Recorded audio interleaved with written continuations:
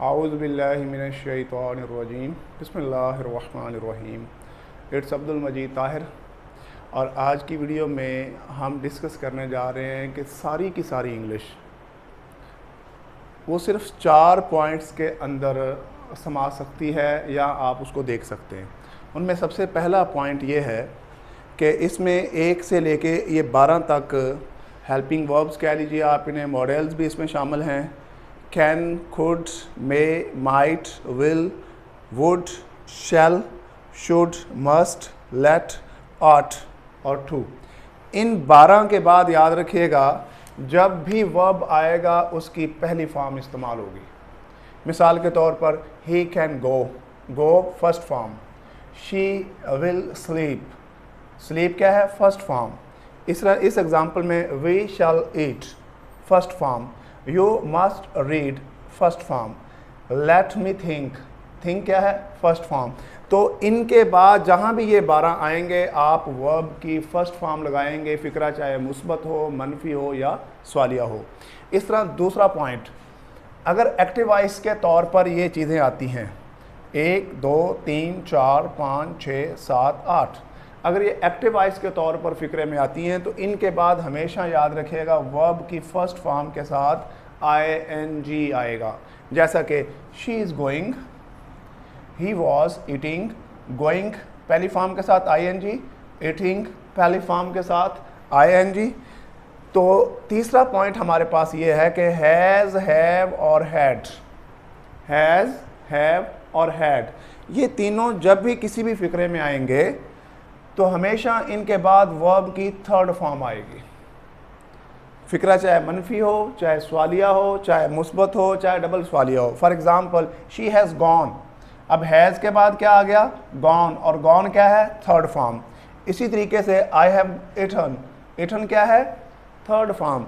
तो has, have और had के बाद हमेशा थर्ड फॉर्म आएगी। हैड की एग्जाम्पल एक ले लेते हैं, शी हैड मेड टी, वो चाय बना चुकी थी। तो हैड के बाद भी याद रखिएगा वर्ब की थर्ड फॉर्म आएगी। ये 3 हमारे पास पॉइंट्स आ गए।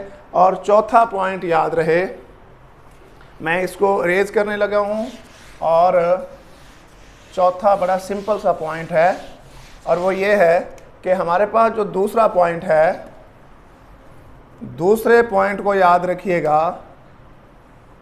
अगर ये यहाँ पर दूसरा पॉइंट एक्टिव वॉइस में है, लेकिन अगर ये इसी दूसरे पॉइंट को अगर आप passive,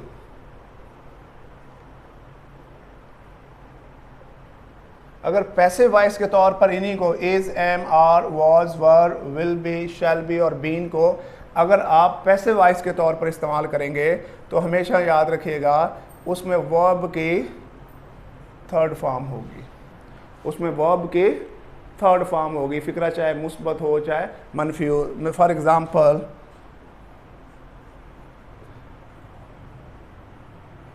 the letter was written, was के बाद रिटन, रिटन क्या है? Third form. इसी तरह कोई भी पैसिव वॉइस, वैसे भी पैसिव वॉइस में याद रखिएगा किसी भी टेंस का पैसिव वॉइस का फ़िक्रा हो उसमें वर्ब की थर्ड फॉर्म ही इस्तेमाल होगी। तो मेरे मोहतरम ये 4 पॉइंट्स हैं।